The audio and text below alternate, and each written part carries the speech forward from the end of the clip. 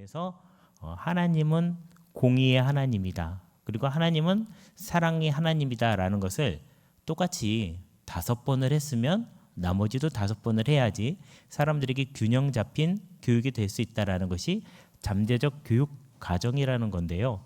여러분이 어떤 환경에 노출되어 있느냐에 따라서 여러분은 한쪽으로 치우칠 수 있는 겁니다. 그래서 이 균형을 잡는 일은 학생일 때는 모르고요. 어릴 때에도 잘 몰라요. 그래서 어릴 적에는 골고루 먹는 게 굉장히 중요하다고 얘기를 하잖아요. 그런 것처럼 신앙적인 섭취도 균형이 잡히게 골고루 하지 않으면 한쪽으로 치우쳐서 잘못된 신앙으로 굳어질 수가 있습니다. 그러면 나중에 어른이 되어서 고치고 싶어도요. 고쳐지지가 않습니다. 그럼 어떻게 할까요? 싸우는 거죠, 계속. 네. 설교는 지금부터 시작입니다. 자, 부활절은 절기를 나타내는 말입니다. 부활절. 근데 부활주일이잖아요, 오늘은. 그래서 부활절의 첫 번째 날이 부활절입니다. 그러면은 부활절의 그 첫 번째 날 부활주일이 됐는데, 그러면 우리가 그 전에는 무슨 절기를 지내고 있었을까요? 사순절을 지내고 있었습니다. 사순절은 예수님이 우리를 위해서 고통당하신 것을 기억하면서 나를 돌아보는 기간으로 삼게 되는데, 사람들은 이 시간 동안에 금식 같은 것을 많이 했고요. 또 금욕적인 시간을 많이 보내게 됩니다. 그게 이제 예수님의 고난에 동참하기 위한 것인데, 그것이 다 끝나고 난 후에 사람들은 이렇게 그 기간 동안 고기를 못 먹었기 때문에 계란을 나눠서 먹기도 하고, 또 봄이 되어서 사람들은 이렇게 이 계란을 갖다 주는 어떤 존재에 대해서 뭐 토끼 뭐 이런 것들을 생각해 가지고 그 사람들은 토끼가 이제 생명력이 강하니까 거기에 대한 이야기들로 얘기를 합니다. 그래서 뭐 이스터 버니라는 얘기도 이제 서양에서는 많이 나오기도 합니다. 그래서 이제 혹시 부활절 때 토끼를 봤다 그러면 그런 민속적인 것들이 합해져서 나온 것이다라고 생각하시면 될 것 같아요. 예수 그리스도의 십자가의 죽음은 어떤 의미를 지니고 있을까? 누가복음 23장 34절의 말씀입니다. 같이 읽겠습니다. 시작. 이에 예수께서 이르시되 아버지 저들을 사하여 주옵소서. 자기들이 하는 것을 알지 못함이니이다 하시더라. 그들이 그의 옷을 나눠 제비 뽑으세. 재밌잖아요. 저기 빨간색 글씨로 되어 있는 거 보면 그들은 지금 뭘 하고 있죠? 예수님의 옷을 나누어서 제비를 뽑고 있다라는 거예요. 예수님을 놀리기 위해서 왕처럼 이렇게 할 수 있는 망토 같은 것들을 걸쳐준 적이 있었거든요. 근데 좀 괜찮은 것들을 걸쳐줬었어요. 근데 이 군사들이 예수님 십자가에 못 박고 난 후에 그 옷을 나눠 갖고 싶은 거예요. 근데 하나밖에 없으니까 누가 가져갈까? 제비를 뽑자. 제비를 뽑고 있는 거예요. 예수님 십자가에 못 박혀서 피를 흘리고 있는데, 가령 여러분이 지나가다가 넘어졌는데 와서 손을 내미는 사람이 있고, 그리고 막 깔깔대면서 웃는 사람이 있으면 한 사람은 너무 고맙겠고요, 한 사람은 너무 미울 거예요. 그 사람이 평소에 미워했던 사람이면 그 미움이 더 합쳐져 가지고 정말 싫어하는 사람이 될 것입니다. 근데 예수님은 그렇지 않아요. 나를 십자가에 못 박은 저 사람들조차도 용서해 달라고 하나님께 얘기하고 있다라는 것입니다. 이것이 무엇이냐면 나의 고통 앞에 자신의 유익을 챙기는 사람까지도 똑같은 기준으로 대할 수 있는 것이 예수님의 모습이었다라는 것입니다. 그래서 하나님의 공의는 같이 읽겠습니다. 시작. 하나님의 공의는 모든 사람들을 용서하는 사랑이다. 나에게 해를 끼치는 사람도 용서할 수 있는 게 공의라는 거예요. 오늘 공의라는 말의 뜻을 여러분이 새롭게 배울 수 있다 그러면 공의가 의미하는 감정을 배울 수 있을 거고요. 그 감정을 배우시면 신앙적으로 어떻게 살아가야 되는지 기준을 만드실 수가 있습니다. 세상 사람들과 함께 살다 보면 세상 사람들이 만들어 놓은 기준에 따라 살게 되고, 그 기준에 따라 살게 되면 그 사람들이 생각하는 사고 방식과 표현 패턴을 배우게 되는데, 그것들은 하나도 신앙적이지도 않고 여러분에게 유익하지 않은 것들을 배우고 살아가고 있습니다. 세상 사람들이 많이 하는 것 중에 하나는 이런 것이 있었습니다. 어떤 거냐면 사람들이 쭉 있어요. 그 중에 나와 다른 또는 우리와 다른 누군가를 발견하게 됩니다. 사실 다른 거는 다른 걸로 끝나야 되는데 다른 것이 차별이 되기 시작하는 거예요. 자, 빨간 동그라미 쳤죠? 저 사람이 우리랑 다르다는 거예요. 저 사람을 차별하기 시작합니다. 차별할 때 나타나는 증세 중에 하나가 뭐죠? 톡방을 만들었는데 그 사람만 안 불렀어요. 그 사람만 안 불렀는데 전혀 아무도 느끼지 못하고 있어요. 네. 그런데 어느 날 저 사람은 안 불렀다는 사실을 깨달았어요. 근데 그 사람을 안 부른 이유가 나름대로 막 되고 있는 거예요. 안 불러서 미안하다 이렇게 얘기하는 게 아니라 그 사람을 안 부르는 이유, 그 사람을 혐오하는 이유를 각자가 막 뿜어대요. 그러니까 처음에는 다른 것이 있었는데 그 다른 것이 차별이 됐다가 차별이 배제가 됐다가 배제를 정당화시키기 위해서 혐오까지 가게 되는 것입니다. 이거는 공의와 아무런 관계가 없는 일이고 공의랑은 정반대의 방향으로 가고 있는 것이에요. 예전에 중고등부를 맡은 어떤 군목을 가기 위해 준비 중인 전도사가 있었는데 나중에 군목 안수를 받긴 받았거든요. 근데 이 친구가 오랜만에 제가 소식을 들었는데 우울증을 앓고 있다는 거예요. 그리고 정신과에 가서 처방을 받아서 약을 먹고 있다고 얘기를 하더라고요. 평소에도 다른 사람들과 어울리기를 싫어했고요. 연락이 안 될 때가 상당히 많았었고요. 그리고 다른 사람들과 지내는 것이 원활하지 않았었는데 그 중고등부 전도사가 그 중고등부를 운영을 하면서 학생들 중에 차별을 하고 배제를 하고 혐오를 하는 일이 있었거든요. 근데 그게 처음에 정말 이상해 보였어요. 왜 이상할까? 도대체 왜 이게 이해되지 않을까? 저 학생에게. 그런데 봤더니 그 중고등부 전도사가 그러한 사연이 있었던 거예요. 우울증이 있고 자존심으로 이겨낼 수가 없는 상태까지 갔고 약 처방을 받아서 치료를 해야 되는 상태까지 가 있는 거예요. 여전히 중고등부를 맡고 있습니다. 우리에게 어떠한 이런 굉장히 불편하고 어려운 일이 생겼을 때 우리는 어떻게 말씀으로 대응을 해야 하는가라고 했을 때 싸우는 일보다 저는 이렇게 말씀드리고 싶어요. 같이 한번 읽어볼까요? 시작. 자기들이 하는 것을 알지 못함이니이다. 이게 바로 예수님이 우리에게 자신의 옷을 제비 뽑는 사람들에게 하나님께 했던 기도라는 거예요. 여러분 이런 마음으로 이겨내시기를 주님의 이름으로 축원합니다. 목사님 저희 보고 무조건 참으라는 얘기인가요? 아니요. 참으라는 얘기가 아니고요. 그 사람의 미성숙함을 뛰어넘는 성숙을 가지라고 말씀을 드리는 거예요. 그 사람보다 성숙하게 되면 그 사람의 미성숙을 이길 수 있고요. 미성숙을 향해서 차라리 저 말을 할 수가 있는 것이에요. 둘째 같이 읽겠습니다. 시작. 하나님의 공의는 정죄 속의 진리이다. 누군가에게 똑같이 대해준다는 일은 이게 쉽지가 않죠. 나한테 잘해주는 사람과 나를 해코지 하는 사람을 똑같이 대하는 일은 쉽지가 않습니다. 근데 중요한 거는 이렇게 나를 해코지 하는 사람의 말 속에서도 진리를 발견할 수 있다는 거예요. 진리는 뭐죠? 변하지 않는 게 진리죠. 지난번에 말씀드렸죠. 기독교적 자아 정체감이라는 건 뭐라고 얘기했죠? 주변 환경이 바뀌는 거랑 상관없이 늘 유지되는 나의 아이덴티티라고 말씀을 드렸죠. 그런 것처럼 공의라는 것은 그 안에 있는 나를 조롱하는 말 속에 있는 진리도 발견할 수 있다는 겁니다. 같이 읽겠습니다. 시작.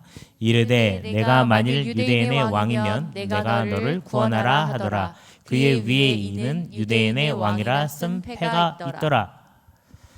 저기 보면 내가 만일 유대인의 왕이면 네가 너를 구원하라 라고 얘기하고 있는 거예요.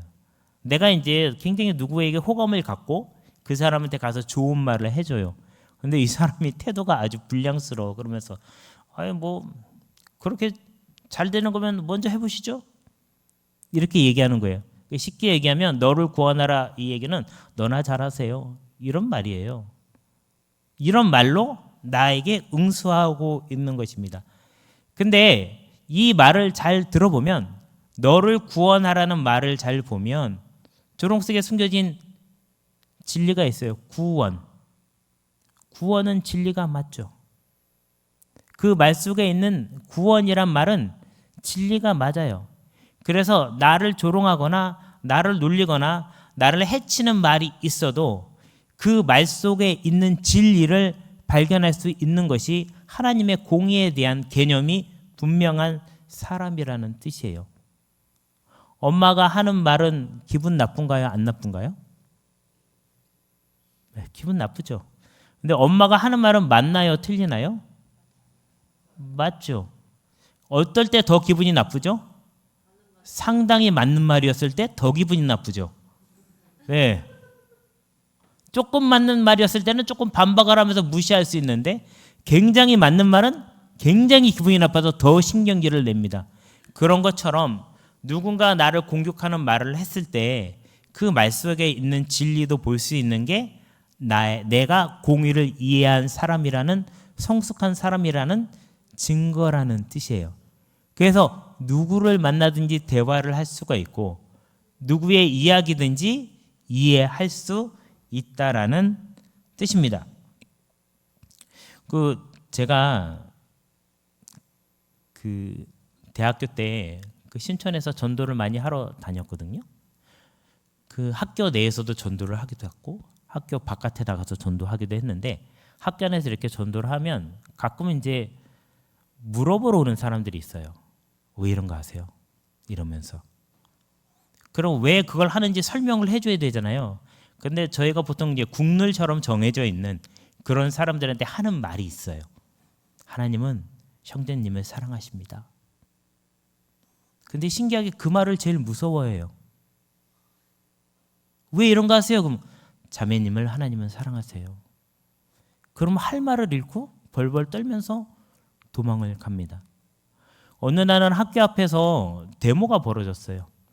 그래서 학교 안에는 학생들이 있고 학교 바깥에는 전경들이 쫙 진을 갖추고 있었고요. 차를 다니는 것도 멈춰 놓았고 그 가운데 공간이 비어 있었는데 그날도 다름없이 전도를 하고 있었어요. 그날은 전도를 하기가 힘들겠더라고요. 그래서 생각을 하던 끝에 같이 전도하던 친구들하고 그 학생과 전경들이 대치되어 있는 그 가운데에 들어가서 기도를 했습니다. 눈을 감고 기도하는데요. 그게 되게 무섭더라고요. 왜냐하면 눈을 감았는데 이쪽에서도 소리가 나고 저쪽에서도 소리가 나고 근데 중요한 사실은 그 전경차가 왔는데 저희가 눈을 감고 기도하는데 최루탄을 쏘기 시작하는 거예요. 그 최루탄 소리가 엄청 크거든요. 바바바방 하면서 터지기 시작하는 거예요.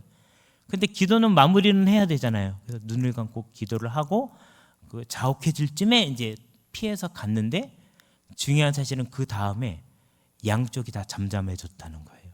우리 기도 때문에 그렇게 되었는지는 모르겠습니다. 학생들도 잠잠해지고 전경들도 잠잠해졌는데 우리가 이제 계속 전도를 하는 중이었기 때문에 신촌 쪽으로 갔었는데 그 전경들이 굉장히 우울한 표정 그리고 힘들고 어려운 표정으로 거기 있더라고요. 그 전경들도 다 대학생들이거든요. 이쪽도 대학생이고 저쪽도 대학생인데 대치돼서 싸우고 있는 거예요. 전경들의 어깨를 두드리면서 지나갔던 기억이 있습니다. 셋째, 같이 읽겠습니다. 시작. 하나님의 공의는 즉시 구원을 베푸시는 예수 그리스도이다. 우리가 흔히 알기로는 그 예수 그리스도가 십자가에 달릴 때에 오늘도 이제 그림이 나왔지만 십자가가 세 개인데 가운데 게 예수님 거고 양쪽에 한 명씩 달려 있었다라고 사람들이 얘기하는데요. 이 양쪽에 달려 있었던 두 사람의 태도가 상당히 달랐습니다. 39절과 40절의 말씀입니다. 같이 읽겠습니다. 시작. 달린 행악자 중 하나는 비방하여 이르되 내가 그리스도가 아니냐 너와 우리를 구원하라 하되 하나는 그 사람을 꾸짖어 이르되 내가 동일한 정죄를 받고서도 하나님을 두려워하지 아니하느냐. 그러니까 첫 번째 입장은요. 이런 입장이에요. 차별과 배제, 혐오의 잠재적 교육을 통해서 예수 그리스도를 비방을 하는 사람입니다. 내가 그리스도가 아니냐? 너와 우리를 구원하라 라고 입장을 취하고 있고요. 두 번째 또 다른 사람은 이런 입장인데요. 하나님을 경외하는 것을 통해서 지금 이것을 정죄가 아니라 실제의 상황을 통해서 궁극적으로 도달해야 되는 것이 무엇인지를 얘기하고 있는 거예요. 내가 동일한 정죄를 받고서도 하나님을 두려워하지 아니하느냐. 우리가 정죄를 받았듯이 저분 예수님도 정죄를 받았는데 우리가 지금 저 사람의 죄를 봤을 때에 저분이 그리스도가 되신 저 예수님의 죄를 봤을 때에 하나님을 두려워하는 마음으로 보면 제대로 볼 수 있다라는 입장을 취하고 있는 것입니다. 자, 우리가 어떤 외부의 상황이 우리에게 딱 다가왔을 때에 우리가 반응을 해야 되는데 어떤 반응을 할 것인지에 대해서 성경적으로 비춰보아야 돼요. 내가 어떤 선택을 할지 내가 선택할 수 있습니다. 그런데 이 선택에 대한 반응이 성경적인지는 말씀을 통해서 살펴보아야 되는 것이에요. 그래서 매일 하루가 끝난 다음에 자신의 삶을 곰곰이 생각해 보고 내가 진짜 성경적으로 살았는지에 대해서 기록해 놓는 것은 상당히 중요합니다. 그것을 기록한 사람과 기록하지 않은 사람은 달라질 수밖에 없는 거죠. 그래서 이렇게 성경에 대해서 바로 알게 되면 내가 선택해야 될 바른 감정에 대해서 알게 되고 바른 감정에 대해서 알게 되면 바른 행동이 무엇인지도 알게 된다라는 것입니다. 그래서 이 입장, 두 번째 입장의 그 반응은요, 우리가 이 어떤 그 기술이 상당히 발달해가지고 어떤 기술이 굉장히 경지에 이르렀을 때 우리는 아트라고 부르거든요. 아트. 그래서 어떠한 표준이 있는데 그 표준에 의해서 훈련이 되고 훈련이 되어서 표현이 되었을 때 아트의 경지에 이르렀다고 얘기를 해서 기예라는 표현을 쓰게 됩니다. 기술과 예술이 조합되었다. 또는 이것을 룰즈 오브 아트라는 표현도 하기도 합니다. 근데 이 입장 2의 반응이 거의 예술에 가까운 표현을 하는데 그게 뭐냐면 바로 42절입니다. 같이 읽겠습니다. 시작. 이르되 예수여 당신의 나라에 임하실 때에 나를 기억하소서 하니 결국 그 사람의 마지막 장면은 예수 그리스도를 하나님의 아들로 고백하고 이 하나님이 계시잖아요. 그리고 이 예수라는 청년은 십자가에 못 박혀서 이 땅 위에 있잖아요. 서로 떨어져 있습니다. 근데 이 서로 떨어져 있는 것을 관계로 연결시키는 기술이 이 사람에게 있었던 거예요. 이 사람의 아트는 이거예요. 이걸 떨어져 있다라고 생각하지 않고 현재의 상황은 고난을 당해서 죽는 상황인데 이 상황에서 이 사람이 이 예수가 하나님과 연결되어 있다라는 것을 자기 입으로 고백할 수 있는 게 이게 아트예요. 이 사람에게 룰스 오브 아트라는 거예요. 기회가 되는 것이에요. 단순히 기계적으로 반복하는 것을 뛰어넘어서 굉장히 예술의 경지까지 올라가 있는 표현이 바로 이거라는 거예요. 여러분이 청년 시절에 연습해야 될 것은 이거예요. 너무나 똑같은 거지만 끊임없이 하루에 수십 번, 수백 번, 수천 번, 최소한 10,000번 정도는 해야 되겠죠? 1만 시간의 법칙 여러분 아시잖아요. 1만 시간 정도 하면 누구보다 뛰어난 최고가 될 수 있다. 네. 그래서 아트의 경지에 이르게 되었다라는 것입니다. 그래서 이 사람은 예수 그리스도와 이 땅에서 십자가에 못 박힌 예수 그리스도와 하늘에 계신 온 우주를 창조하신 하나님과를 연결하는 입장을 취하게 되었고요. 또 현재의 자신의 삶 속에서 자신의 과거를 봐요. 내가 지금까지 쭉 살아왔던 삶을. 그리고 이 현재의 삶이라는 건 고난이죠. 십자가에 못 박혀서 죽는 상황입니다. 그리고 자신의 미래를 봅니다. 그래서 당신의 나라가 임하실 때, 임하지 않았어요. 임하실 때 나를 기억해 달라고 미래를 보고 있는 것입니다. 그래서 이 부탁에 대해서 예수님이 43절에 이런 말씀을 하십니다. 같이 읽겠습니다. 시작. 예수께서 이르시되 내가 진실로 내게 이르노니 오늘 내가 나와 함께 낙원에 있으리라 하시니라. 결국 그 사람의 마지막 이 장면은 예수 그리스도를 하나님의 아들로 고백하고 하나님과의 관계 속에 있는 예수 그리스도를 십자가 위에 있는 그 예수 그리스도를 이해를 하고 그리고 낙원이라고 표현된 하나님의 나라에 이르게 되는 것을 자신의 마지막 그림으로 딱 그리고 있는 것입니다. 그래서 예수 그리스도의 그 죽음은 궁극적으로 하나님 나라로 우리들을 인도하시는 거라는 것을 알고 있었다라는 뜻입니다. 자, 공의라는 것은 뭐냐 하면 나에게 잘못한 사람과 나에게 잘해준 사람 있잖아요. 이 두 사람을 똑같은 무게로 대하는 거예요. 나한테 잘못한 사람의 죄에 대해서도 그냥 지나치지 않고 그 사람도 어떻게 하든지 깨워서 같이 가려고 하고 나한테 잘해준 사람의 잘못에 대해서도 그냥 지나치지 않고 잘못을 깨우쳐서 데리고 가려고 하는 것이 하나님의 공의라는 사실입니다. 그래서 이렇게 사람과 사람 사이에는 그 관계를 잘 지키기 위해서 뭘 적용하죠? 법이라는 것을 적용합니다. 법. 그래서 사람들은 법을 지키는 것이 굉장히 도덕적인 수준이 높은 거라고 얘기하고 있지만 여러 번 말씀드린 것처럼 콜버그라는 사람은 도덕 8단계를 6단계까지 설명을 하고 있는데 그 6단계 중에서 법의 단계는요 4단계예요. 그리고 사람들 사이의 관계를 지키는 단계는 3단계로 표현하고 있어요. 그런데 모든 심리학자들은 다 남자였습니다. 그래서 심리를 파악할 때 남학생들만 모아놓고 소년들만 모아놓고요 심리 검사를 했어요. 그래서 이 결과는 소년들로 인한 결과예요.